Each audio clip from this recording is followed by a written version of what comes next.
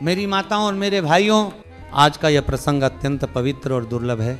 बहुत ध्यान से सुनना, क्योंकि यह विषय हर उस नारी के जीवन से जुड़ा है जो महीने भर का व्रत धारण करती है। कई माताओं के मन में यह संशय रहता है कि जब हम कार्तिक मास, माघ मास या वैशाख मास का स्नान व्रत करते हैं और उसी बीच रजो धर्म का समय आ जाता है, तब हमारा नियम टूट जाता है या नहीं? क्या भगवान हमारे भाव को स्वीकार करते हैं या नहीं? मेरी माताओं, यह प्रसंग हरिहर महापुराण में वर्णित है और स्वयं देवर्षि नारद जी के मुख से निकला हुआ ज्ञान है। इसे सुनने मात्र से मन के सारे संशय मिट जाते हैं। कथा इस प्रकार है। एक नगर में एक साहूकार रहता था। उसकी बहू बहुत धर्मनिष्ठ और श्रद्धावान नारी थी। एक दिन उसने अपने ससुर से कहा, पिताजी, मैं कार्तिक मास का स्नान व्रत करना चाहती हूँ, पर मेरे मन में एक संशय है। यदि व्रत के मध्य रजो धर्म आ गया तो क्या मेरा नियम अधूरा रह जाएगा? क्या भगवान मेरे भाव को अस्वीकार कर देंगे? साहूकार ने कहा, बेटी, मैं तो इतना ज्ञानी नहीं हूँ, पर मेरे सतगुरु बहुत विद्वान हैं, मैं उनसे यह प्रश्न पूछूंगा।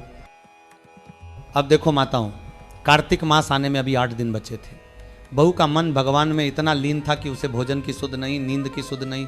उसका सारा ध्यान सिर्फ कार्तिक के स्नान व्रत में था। जब भक्ति सच्ची होती है तो तन की भूख मिट जाती है और मन की प्यास बढ़ जाती है। अब तुलसी महारानी की कृपा देखो, उसी रात देवर्षि नारद जी साधु रूप में उस नगर में प्रकट हुए। उनके शरीर पर तेज झलक रहा था। गले में रुद्राक्ष की माला, माथे पर चंदन का तिलक और मुख पर शांत स्मित।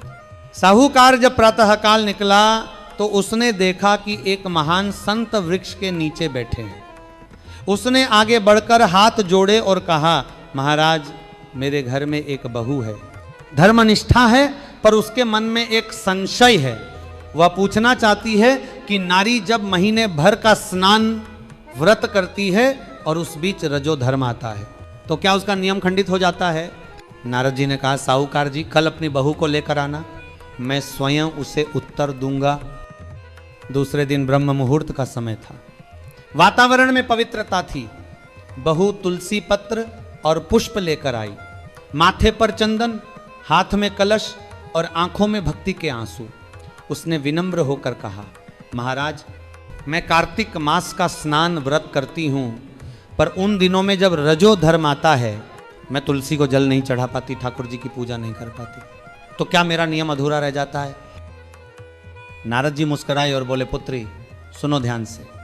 यदि तेरे व्रत के बीच रजो धर्म के दिन आ जाएं तो उस बीच जो पूजा पाठ छूट गया उसका दोष तुझे नहीं लगेगा।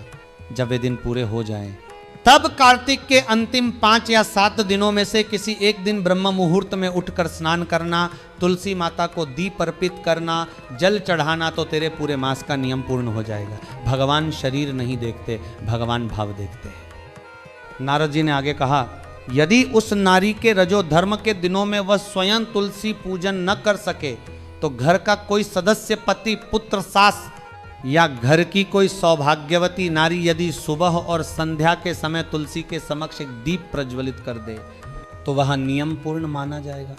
उस नारी का व्रत खंडित नहीं होता, उसका पुण्य अटूट रहता है। मेरी माताओं, ये भगवान की करुणा है।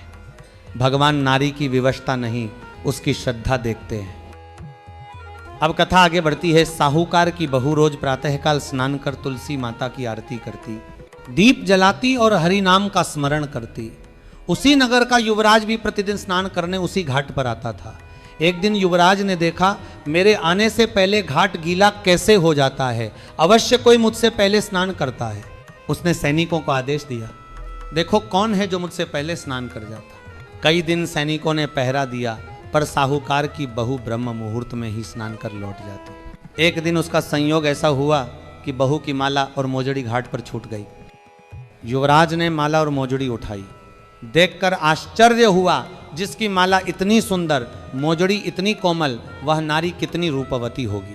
राजा ने आदेश दिया, जिस नारी की यह माला और मोजड़ी है उसे 5 रात मेरे महल में लाओ। खबर पूरे नगर में फैल गई। साहूकार की बहू के कानों तक यह बात पहुंची।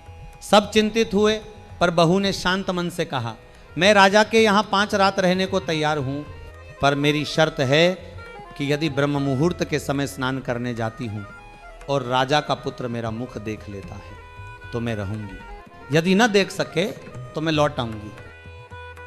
राजा ने यह सुनकर एक तोते को प्रशिक्षित किया था कि जैसे ही बहू घाट पर स्नान करने पहुंचे वो बोल उठे और राजकुमार जाग जाए। पर देखो माताओं, बहू ने जब घर से प्रस्थान किया तो अपने द्वार को प्रणाम किया और निवेदन किया, हे तुलसी माता, हे गंगा मैया, हे दामोदर भगवान, ऐसी कृपा करना कि जब तक मैं स्नान कर लौटूं तब तक राजकुमार सोया रहे। और ऐसा ही हुआ। बहू स्नान करके लौट आई पर राजकुमार की आंखें नहीं खुली। दूसरे दिन राजकुमार ने आंखों में मिर्च डाल ली ताकि नींद न आए, फिर भी सो गया। तीसरे दिन उसने शरीर पर कट लगा लिया। चौथे दिन अग्नि जलाकर बैठा पर नींद आई और वह नहीं देख सका। पांचवें दिन भी वही हुआ। 5 दिन तक वह नारी का मुख न देख सका। अब राजकुमार क्रोध से भर गया, वह बीमार पड़ गया, शरीर गलने लगा, आंखों से पश्चाताप के आंसू झरने लगे। उसे समझ आ गया कि जो नारी भक्ति में लीन होती है उसकी रक्षा स्वयं भगवान करते हैं। और माताओं, यही है धर्म का सार। जहाँ सच्ची श्रद्धा होती है वहाँ हर विपत्ति टल जाती है। जहाँ नियम का पालन भाव से होता है वहाँ भगवान स्वयं रक्षक बन जाते हैं। देवर्षि नारद जी ने कहा था, पुत्री तू सच्चे मन से कार्तिक व्रत कर, तेरे लिए सारा संसार भी यदि विरोध करे तब भी तुलसी माता तेरी रक्षा करेंगी। और हुआ भी यही। बहू का व्रत पूर्ण हुआ, उसका नाम अमर हो गया और उस नगर में यह संदेश फैल गया कि नारी का धर्म खंडित नहीं होता, उसका भाव अमर होता है। मेरी माताओं, ये कथा यही शिक्षा देती है कि यदि रजो धर्म के समय व्रत रुक भी जाए तो चिंता नहीं करनी चाहिए। बस मन में भक्ति अडिग रहे और बाद में श्रद्धा से दीप अर्पण कर लो, सब पूर्ण हो जाता है। इसीलिए जब भी कार्तिक, माघ या वैशाख का व्रत करो तो मन में यह श्रद्धा रखो कि नियम का सार शरीर नहीं, भावना है। और अंत में यही कहना है, भाव सच्चा हो तो भगवान स्वयं नियम बन जाते हैं।